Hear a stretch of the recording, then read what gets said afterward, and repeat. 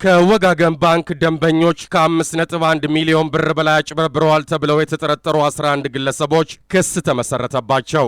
በወጋገን ባንክ ሻሸመኔ ቅርንጫፍ በተለያየ ስራ ኃላፊነት ተሰማርተው ሲሰሩ ተመሳጥረው ከ5.1 ሚሊዮን ብር በላይ ለግል ጥቅማቸው አውለዋል ተብለው በተጠረጠሩ 11 ግለሰቦች ላይ ክስ ተመስርቷል። ተከሳሾቹ አንደኛ ጌትነት አለሙ፣ ሁለተኛው ክበበው ግርማ፣ ሶስተኛው ሚሊዮን ወርቁና ሌሎች 8 ግለሰቦች ናቸው። አንደኛና ሁለተኛ ተከሳሾች በወጋገን ባንክ ሻሸመኔ ቅርንጫፍ ስራ አስኪያጅና ምክትል ስራ አስኪያጅ ናቸው። ከ3ኛ እስከ 11ኛ ያሉት ደግሞ በደንበኞች አገልግሎት ኃላፊነትና የገንዘብ ተቀባይና ከፋይ ሆነው ሲሰሩ ቆይተዋል። የፌዴራል ስነ ምግባርና ጸረ ሙስና ኮሚሽን አቃቤ ሕግ የተሰጣቸውን ኃላፊነት ያለ አግባብ በመጠቀም የተለያዩ 12 ደንበኞችን የአጭር የጽሑፍ መልእክት ማወቂያ የሰጡትን የሞባይል ቁጥር በመቀየርና የተቀየረውን በማጽደቅ ነው ድርጊቱን ፈጽመዋል ሲል ክሱን የመሰረተው። በዚህም ወደ 12 የሚጠጉ ደንበኞች ሳይፈርሙና ሳያዙ በተለያዩ ቀናት የተለያየ መጠን ያለው ገንዘብ ተመሳጥሮ በማውጣት ለግል ጥቅማቸው አውለዋል ነው የሚለው ክሱ።